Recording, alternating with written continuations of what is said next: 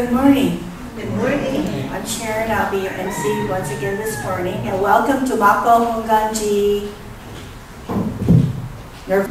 Nirvana.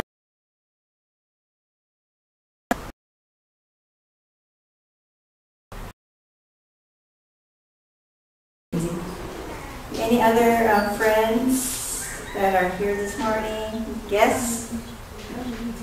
Who? Oh, okay. Please rise if you're able, and let us begin the service by singing the nehan-e together in both Pali and English.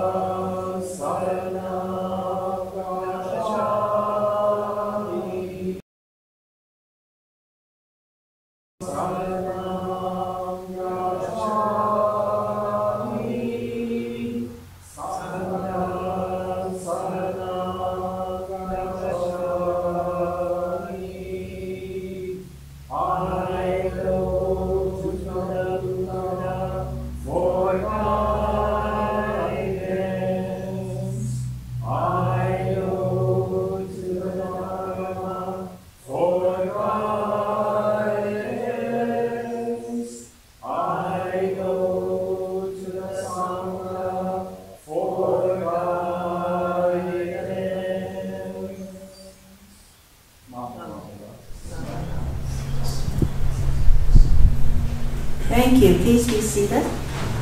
We'll now sing the Gotha Gasha with Amida, led by Reverend Carey. The words will be shown on the screen, and chanting will be followed by quiet meditation.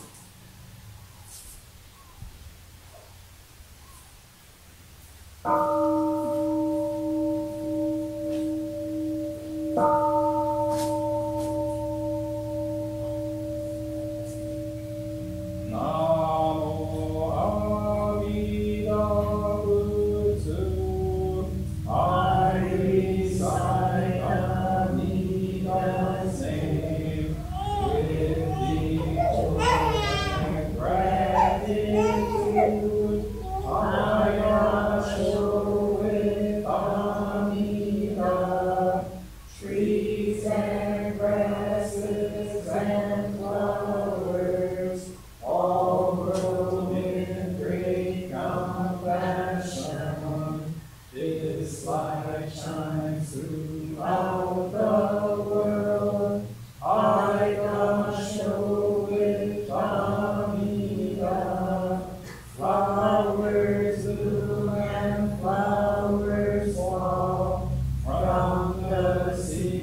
sprout new flowers. This is the truth unchanging. I show with Amida.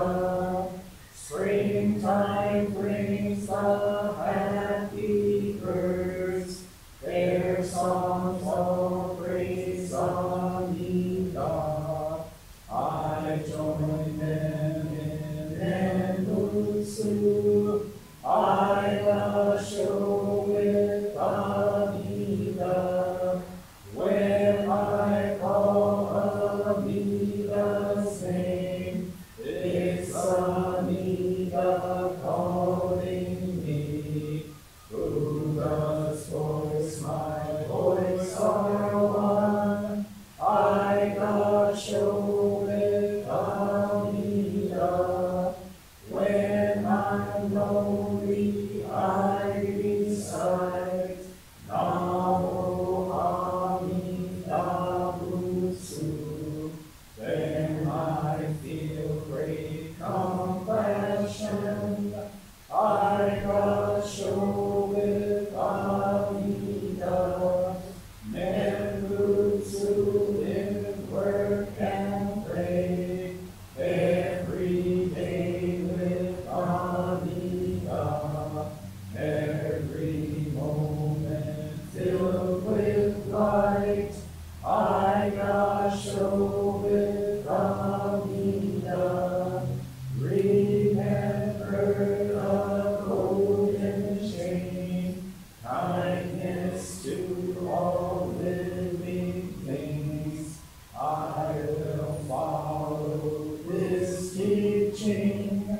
I show with Amida. In the clear bright morning sun, in the fading light of day, in the darkness of the night, I show with Amida. Namo Amida Butsu. I live in great compassion. This great power guides my life. I show with Amida.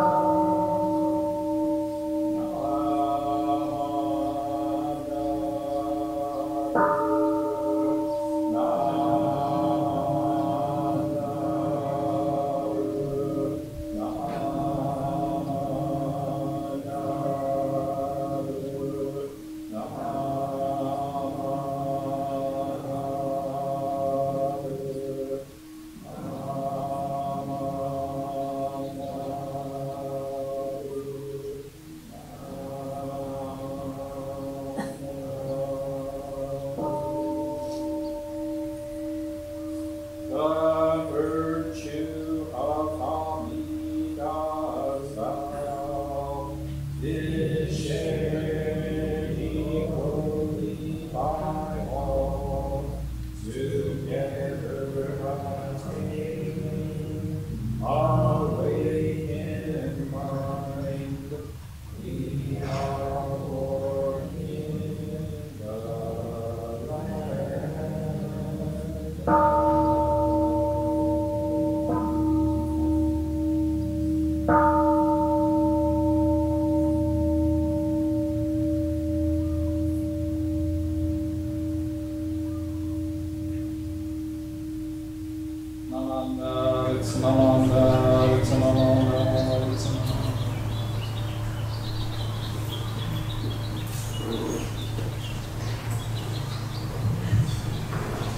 Let's sit together quietly for a few moments.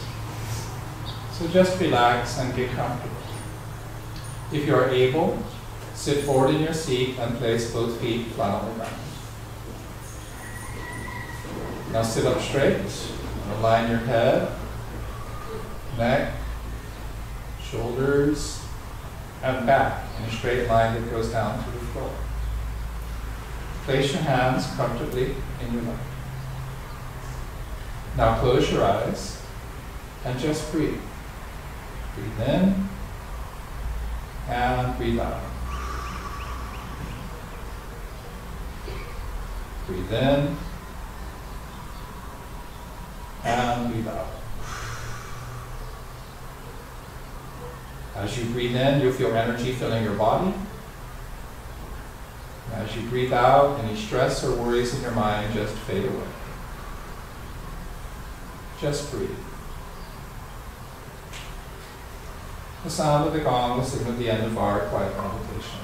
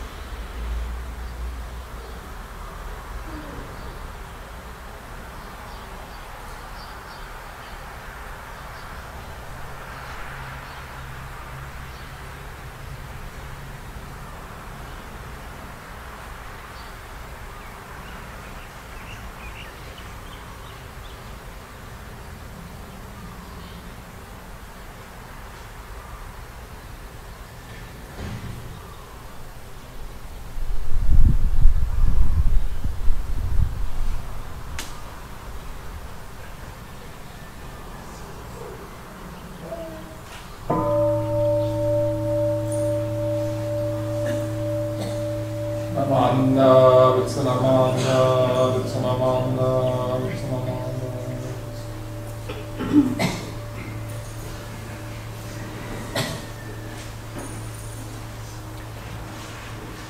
Each month we remember all those who have been born in the Pure Land. Before us, honored ancestors, departed loved ones, dear friends, and beloved companions. During this time, we encourage everyone both here in person and at home join us by live stream to offer incense as an expression of gratitude.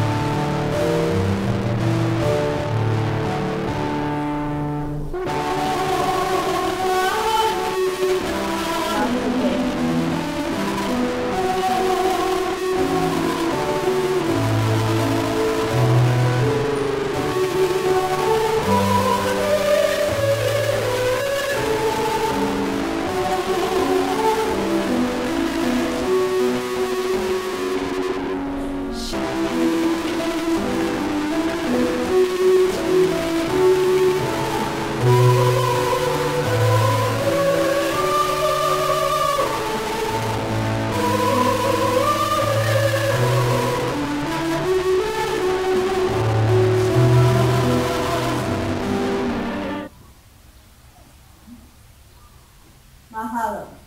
Thank you. Let us recite the golden chain of love together. Ready, begin. I am a link in a universe golden chain of love that stretches around the world. I must keep my link bright and strong. I will try to be kind and gentle to every living thing and protect one weaker than myself. I will try to think pure and beautiful thoughts to say beautiful words, and to do beautiful deeds, knowing that what I do now depends not only on my happiness or unhappiness, but also that of others. May every link in Anita's golden chain of love be bright and strong, and may we all attain perfect peace. Namaste. Sorry. I'm sorry. Okay. Yay.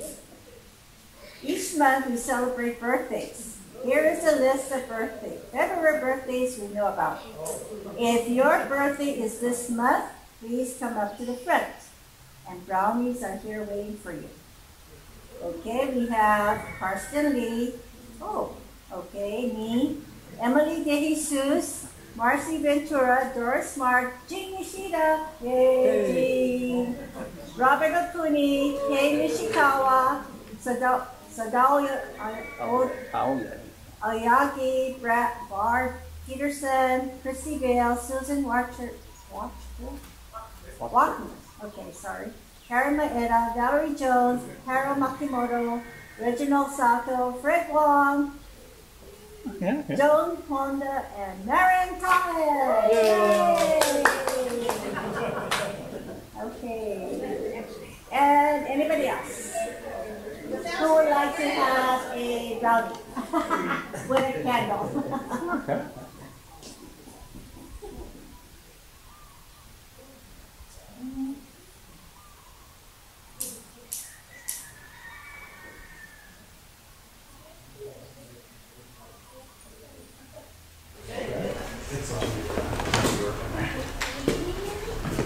Thank you.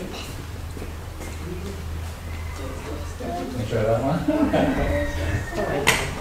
You can take all of them.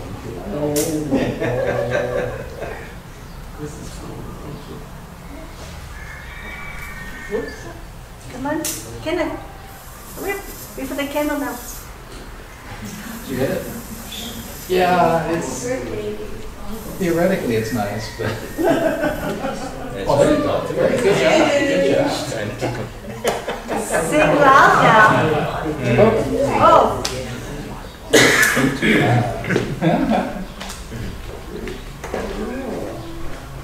Okay, let's all sing happy birthday. Okay, ready, go. Begin. Happy birthday to you. Happy birthday to you. Happy birthday, happy birthday.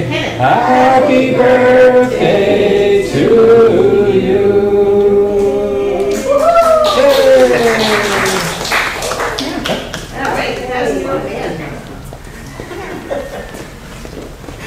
Okay, oldest person gets 2, youngest person gets 3.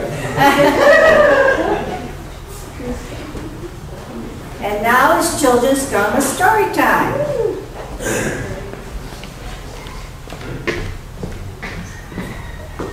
Oh, am I supposed to say this? No.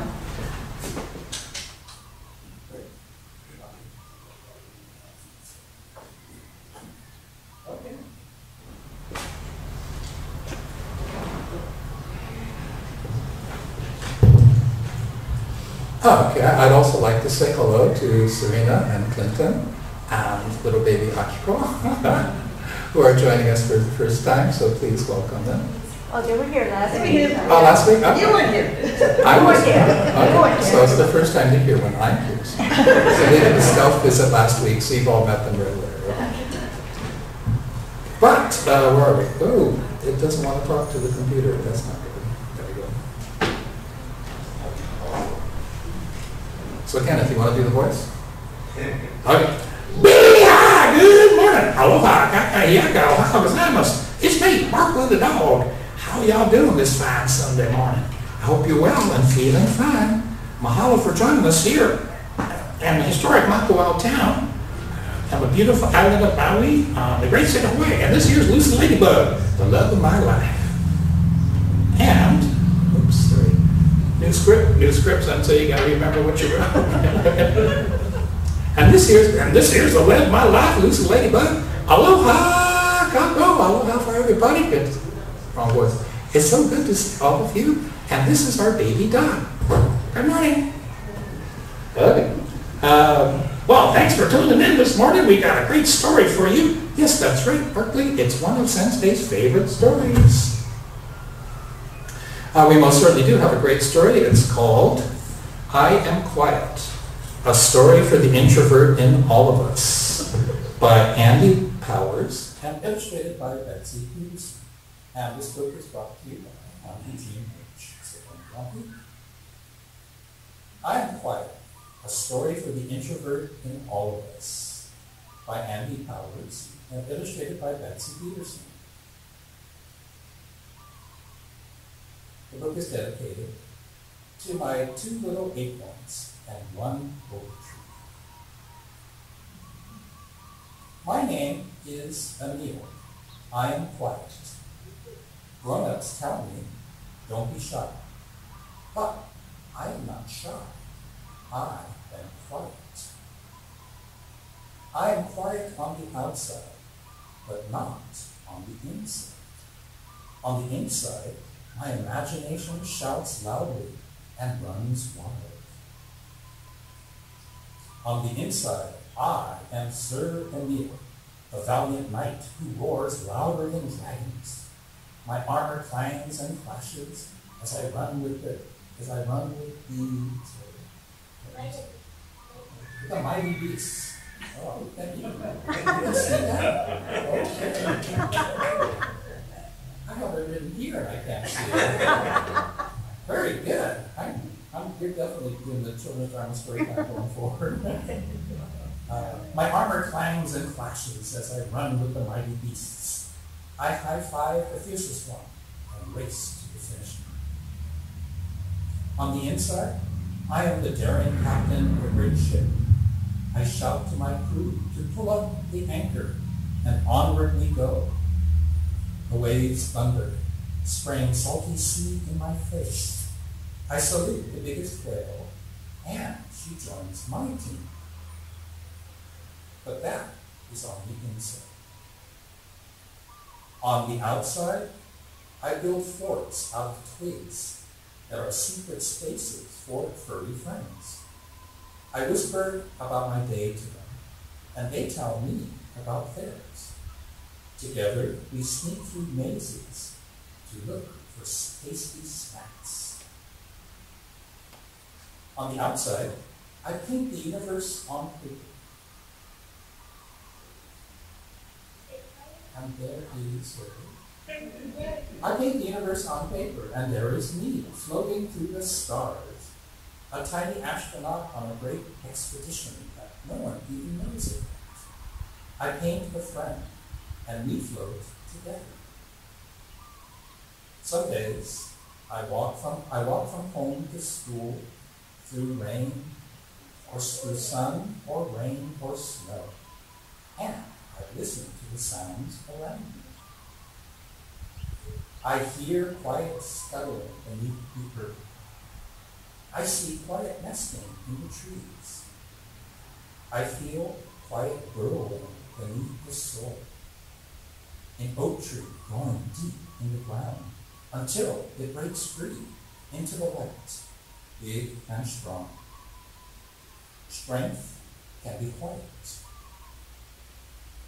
At school, May and Thomas are full of answers and ready to burst. I know the answers too, but I keep them like a secret. I whisper them to myself softly. Answers can be quiet. At recess, there are jungle gyms and monkey bars and whirly-swirly merry-go-rounds for the brave and busy. I investigate the cracks in the concrete. I look closely to see who I might find. Sometimes I explore with a friend.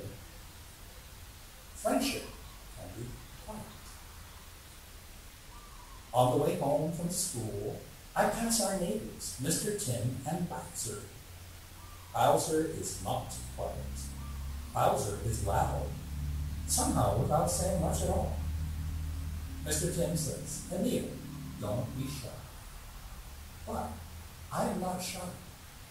I am quiet.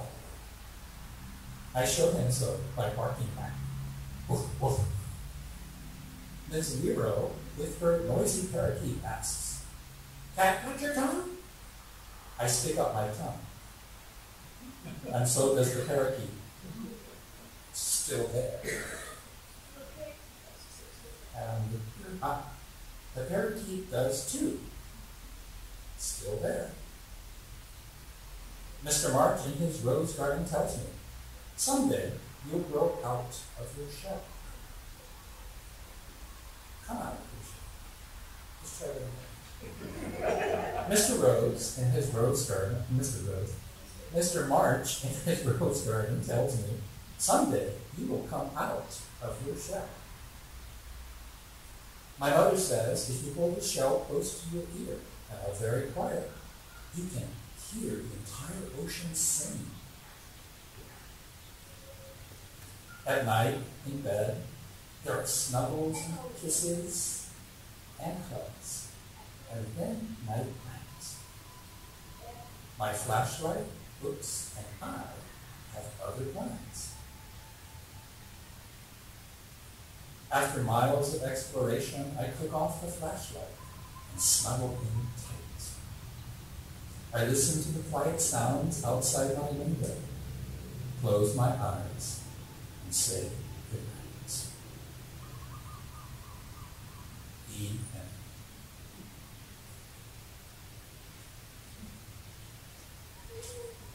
The book has an author's note where the author shares the origin of the character Emil. The author shares that both she and her daughter were both quiet kids.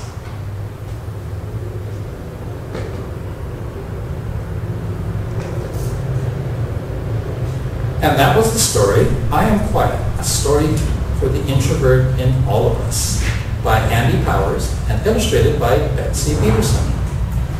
Wasn't that a great story? Maybe. Kenneth, what did you think? Maybe. What part did you like? Really? I love that part too.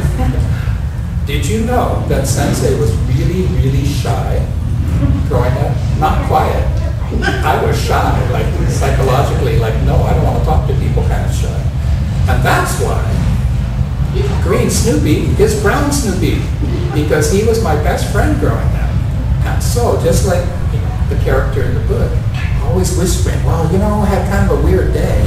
That big kid, yeah, he was bothering me again, but I just ignored him. And Snoopy always had the answer. So I hugged him anyway. So over the years, he turned a little brown. Do you believe that? Do you believe that I was shy? Yeah? Really? Okay. I have to show you pictures of when I was a kid. Okay, so, well, how about you, Barkley? How about you, Barkley? What part of the story did you like? Well, I like the part where, what was the dog's name? Bowser. Bowser's never quiet. That sounds like me, because hey, I'm just loud, you know? Because I'm a rascal. But we can talk to Lucy, because she's often very quiet. Well, just because I'm quiet and soft-spoken, it doesn't mean I don't have anything to say. Well, that's right. You're always telling me what to do. Well, that's good. That's good. I don't have too much going on upstairs, so I'm sort of like Sensei, you know, kind of ka-tong, ka-tong, ka-tong, ka-tong. Okay, so let's ask Doc what she thinks. So, Doc, what did you think of this story?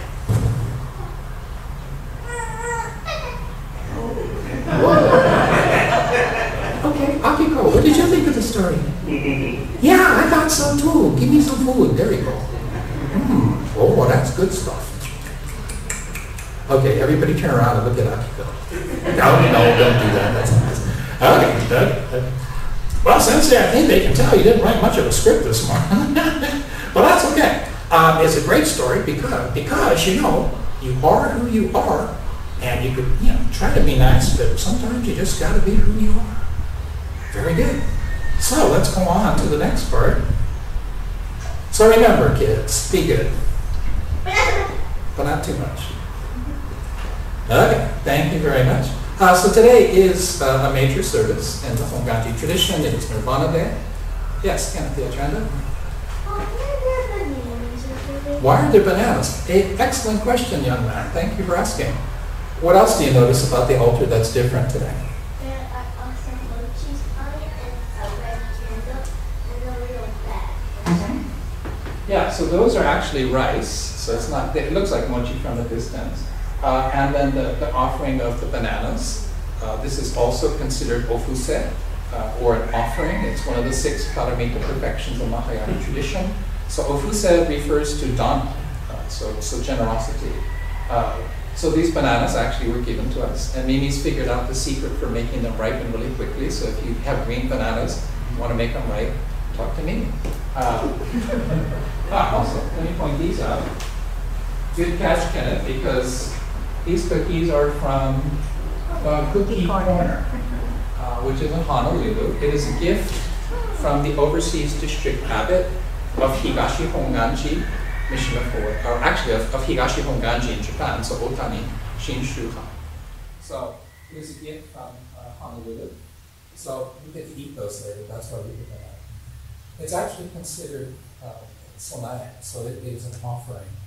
Sometimes people say kazari, which is like a decoration, but we're not decorating the altar. This is an offering.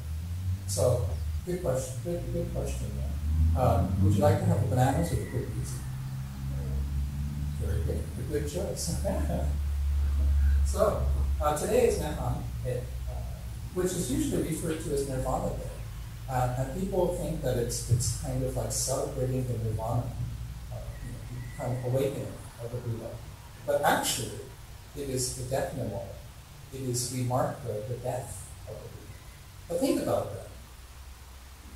Think about that.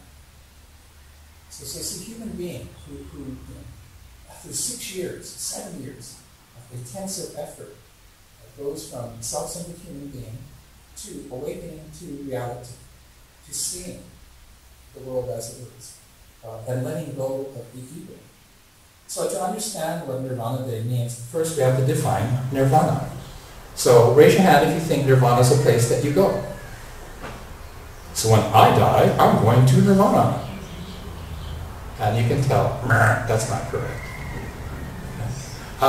Raise your hand if Nirvana was a grunge band in the 80s.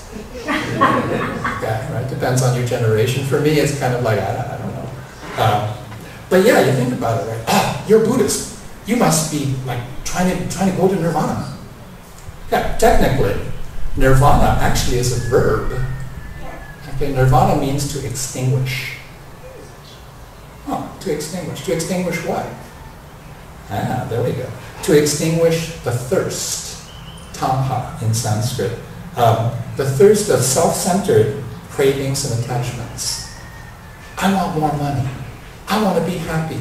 I want to be young forever. I want to be something or other. So, that's okay.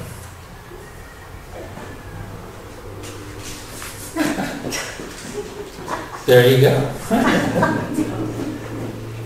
So if you think of like all of these self-centered cravings and attachments, really. I want to be happy. I don't want to be in pain. I don't want to get older. I want a bigger house. I want a new car. I want something. No matter how much we have, we always want more. And this is one of the fundamental insights of the Buddha. You have everything you need, and yet we want more. It's this wanting more which causes all of our quote-unquote suffering. So dukkha. So nirvana is to extinguish the desire, these cravings, to essentially get rid of the ego, because everything that we want is self-centered.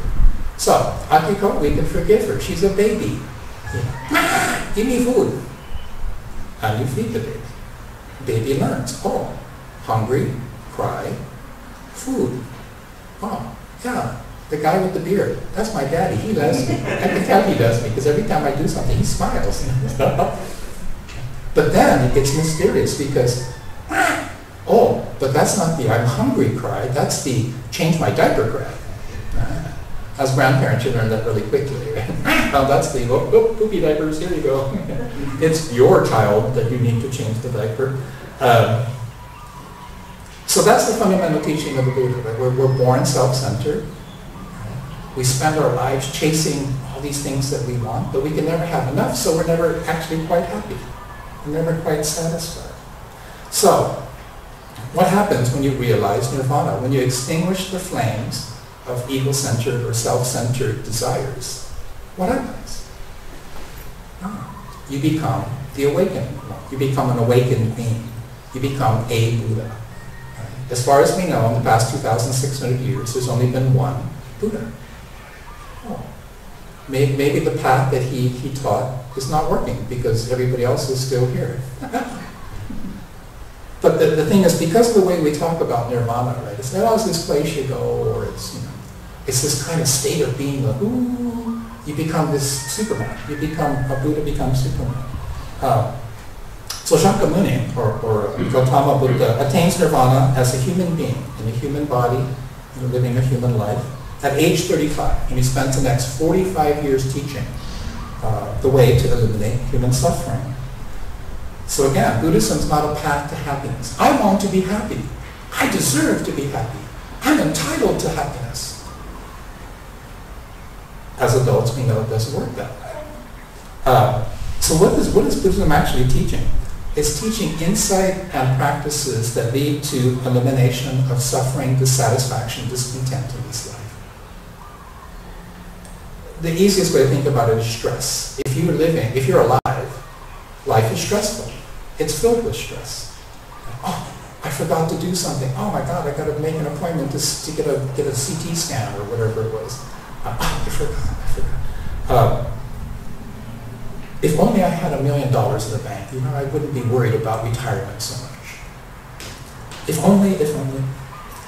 So the German philosopher Arthur Schopenhauer, he posited and he argues, happiness is when I have more than what I want. That's what I have versus what I want. And it's that ratio. Right? If I want more than what I have, I'm not happy. If I have more than what I want, I am happy. But the Buddha teaches there's no end to what we want. So that's the problem. But if you look at that definition of happiness, I'm happy when I have more than what I want. That explains Americans' materialistic and consumption-oriented consumer culture. In the American cultural framework, it's about me. Happiness is about me. But the Buddha taught that it's our attachment to this idea of me that is causing all of our unhappiness. So he teaches a path to eliminating suffering. And when this becomes the Mahayana tradition, this then becomes, for example, the practice of Dhamma, generosity. Dhamma is often listed as the first of the 6 paramita perfections because it's the most difficult for human beings. And so if you're walking in the parking lot by Target or Home Depot, and there's a homeless person there, and you can see them coming, looking at you like, I'm going to ask this guy for money. And they come up and say, hey brother, can you spare a couple dollars? What do you do? As soon as you see them, do you run for the door? Do you run the other way? Do you suddenly pretend that, it's the minister calling, it's a spiritual thing? Hello? Do you reach into your pocket and find the smallest denomination bill or piece of change that you have? Or do you reach into your wallet, pull out the first piece of money that comes up, and give it to them? Or do you give them everything in your wallet? Obviously, I'm being facetious by asking these questions. But think about that. The next time you go to Home Depot, where do you park? I usually park on this side where there's less people. And I'm a trained priest. I'm an ordained priest. I'm a Buddhist. Aren't I supposed to be better than that? No, I'm just human. And that is the point of Jodo Shinshu. But again, going back to the Buddhist teachings, right, if you eliminate this attachment to my ego, to me, this idea of me, you awaken to the truth, which is all life is connected. I can't live by myself. It's not possible. And when you truly realize that awakening, you become a Buddha. So if you have no ego, right, if you can eliminate the ego, well, your personal happiness is not a concern. Because there is no my happiness. That's an interesting one. So, Shakyamuni Buddha dies at age 80. He enters into parinirvana. It's a Sanskrit word. It basically means supreme awakening. So you have nirvana, which is becoming a Buddha. So it's eliminating attachment to ego. But when you die, that's the part you're supposed to go, wait a minute, the Buddha dies? And that's part of the joke, of course, is that, oh, you think becoming Buddha, you're suddenly, oh, you don't have to worry about dying. No! In the end, the Buddha dies. So even a Buddha dies. So even if you were to meditate and follow the rules of monastic practice and do this for 35 years and become a Buddha, yes, I'm a Buddha. I can see reality as it is. I don't suffer. Does a Buddha experience pain? The Buddha tells his story. There's 2 arrows. One, the arrow, boom, and it hits you. There's physical pain because there's an arrow in your shoulder. Right? Pain, it hurts. The Buddha experiences pain. But the Buddha does not experience the second pain, the second arrow of pain, which is, I am angry. I'm going to kill the person who shot me with this arrow. I hate the person that did this. Our reaction to this pain is considered the second arrow. A Buddha does not suffer this second pain. A Buddha says, oh, and there's an arrow in me. It hurts. Better clean the wound, dress it up, and somebody, you don't worry about who shot you, why they shot you. It's not a consideration. So that's the difference. That's the difference. So in the end, the Buddha dies, right? So Nirvana Day is a reminder of our human mortality, the truth of impermanence. Even if you're able to become Buddha in this body, in this life, you're born human, so you age, your body decays, and you die.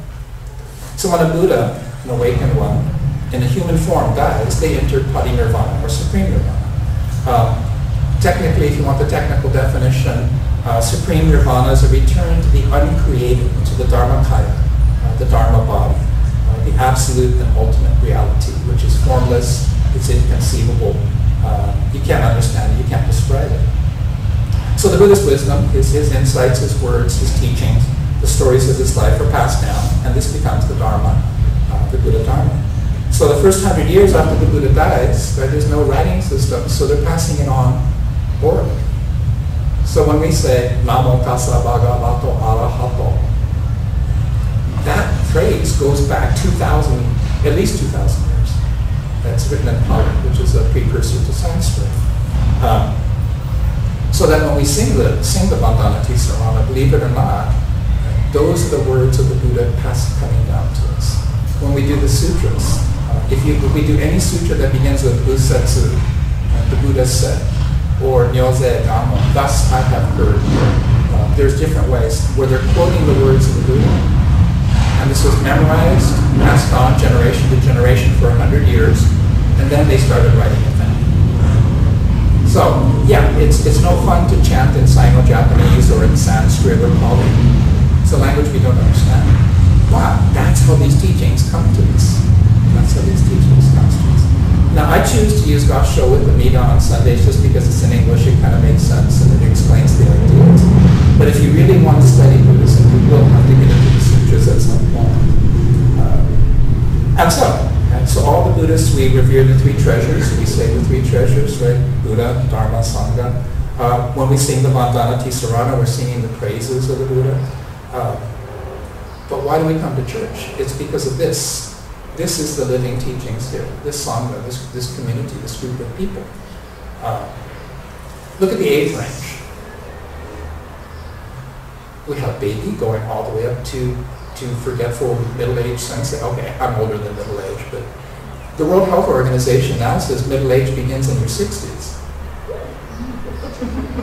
How did that happen, right? No. I'm supposed to be old. I get a senior discount at Pukalani Superette. Come on. Did you know that the elderly, it now starts at 80? You're not considered elderly until you hit your 80s. So don't be surprised, Akiko, that if they keep raising the minimum retirement age for Social Security is going to be about 90 by the time your sensei's age. So just get ready for it. But that's the idea. So when you awaken to all this stuff, the whole point of this talk is just that, yes, I'm a Buddhist, so the goal is to become a Buddha so that I can live forever. Not quite. The Buddha dies. The story of the Buddha's death. He's age 80, so he's remarkably old for that time. A blacksmith, which is kind of lower on the scale of social stuff. says, "Oh, Buddha, thank you so much for these teachings. Oh, I'm very grateful. Let me make dinner for you." So he makes dinner. Depending upon the version of the story, it's either pork or mushrooms. And it's not good pork and it's not good mushrooms. And so he gets food poisoning. The Buddha gets food poisoning. Right? He's in agony because it hurts. So yes, a Buddha experiences pain. But a Buddha doesn't blame the blacksmith. A Buddha doesn't say, "Oh," his disciples are of course very upset. "How dare you make food that poisons the Buddha?" And he just wanted to share what he had. And the Buddha understands that, says, no, that's the wrong way to live. But then he does say, but my body is old, and the end is coming, so the teacher is going to leave. Gather the students, and therefore one last time. The Buddha's last words, you think would be like inspirational, it basically says, I'm going to die, right? The teacher is going. The teachings, I have spent my life teaching how to eliminate suffering. Be diligent in your studies. And then he passes away. So the final advice is to be diligent, to keep working at it. Don't give up. And so that's the meaning of both nirvana and parinirvana. Right? That just remember, it's easy to think that, if I become Buddha, I get special powers. But actually, you're in a human form. And that's the lesson. So if you cannot become Buddha in this life, in this body, don't worry. Amida has got your back. So this is why we say Nam Amida Butsu, this is why Amida is here. And that's why Akiko is saying, "Sensei, I think that's about time to cut it off." Excellent. She can come every Sunday. Well, thank you very much for listening this morning. May your day be filled with aloha. Okay. There we go. Back to you.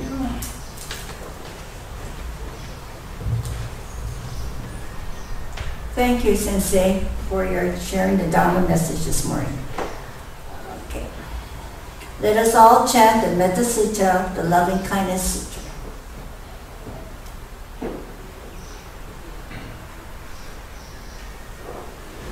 Okay. Oops, sorry. May all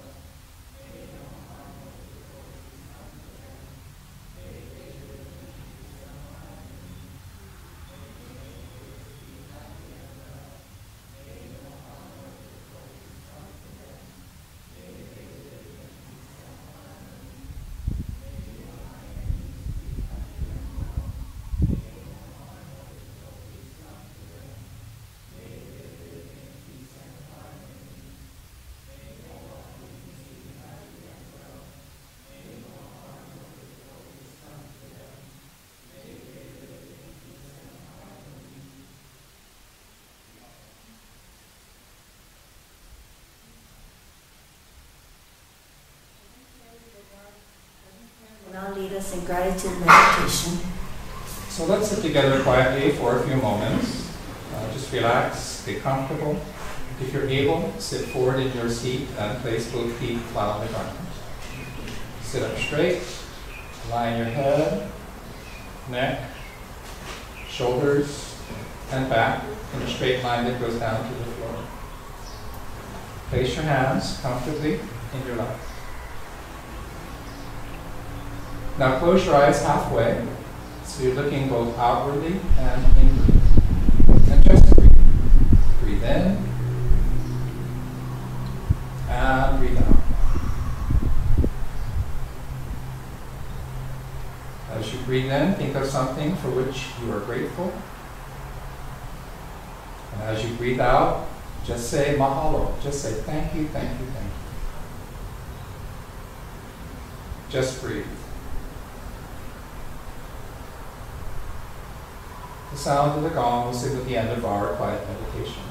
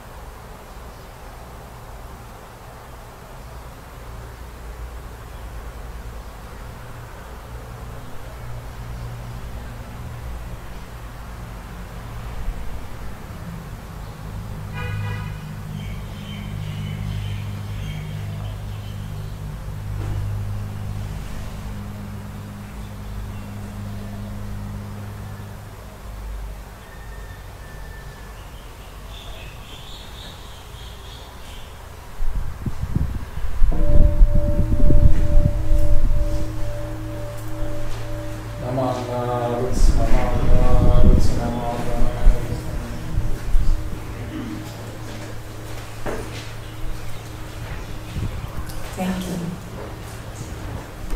Please rise if you're able and let us sing Ondokasam, the hymn of gratitude.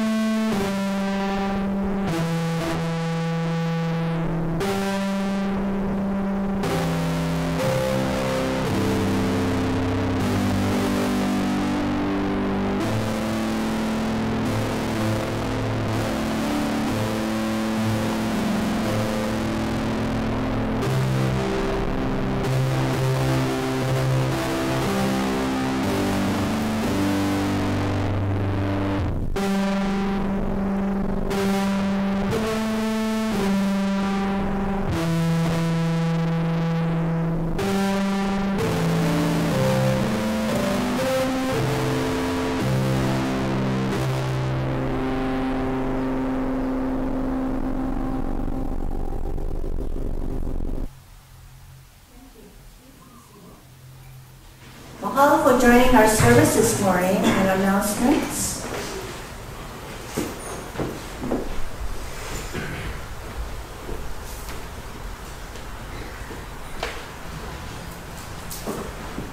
So, next next Sunday is already March 1st. It'll be first Sunday with Dharma School and birthdays and memorial services. So if you didn't get enough brownies, come back next Sunday. There's more brownies. You could probably freeze the ones that are left over. And then March 9th, please note, there's no service here at Makawao. We're encouraging everyone to go down to Wailuku Honganchi for their Ohigan service, their spring equinox service. They will have guest speaker. It's Nembutsu Seminar Weekend. Reverend Grant Ikuta, who is the former bishop of the Jodoshinshu Buddhist Temples of Canada, will be the featured speaker. But if for the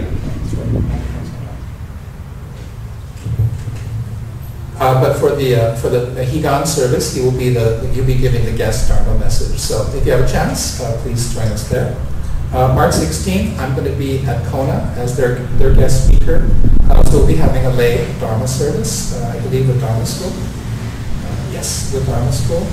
And then March 23rd, spring equinox. So this will be our spring equinox service, Higan. So it's another major service. This one is considered a happy service, so you'll be seeing me wearing my white robes or colored robes, not black robes. I'm hoping to line up a guest speaker for that, so you don't have to listen to me all the time. And there was one more service at the end of the month. And yes, yeah, we have some flyers. So anyone, I can't remember the age range now. They made it a little bit younger, but I think it's up to about age 23. It is a residential program with other campers. I was the guest minister last year. It's an excellent program. It's all run by lay people, so the minister just kind of hangs out and gives some lectures here and there. But it's very much driven by the campers and the young people. So if you're looking for an experience for the summer, we have flyers, or you can ask Jamie. I think that's, okay, that's it. So are there any other announcements? If not, everyone's welcome to join us for refreshments and talk story in the social hall. Thank you.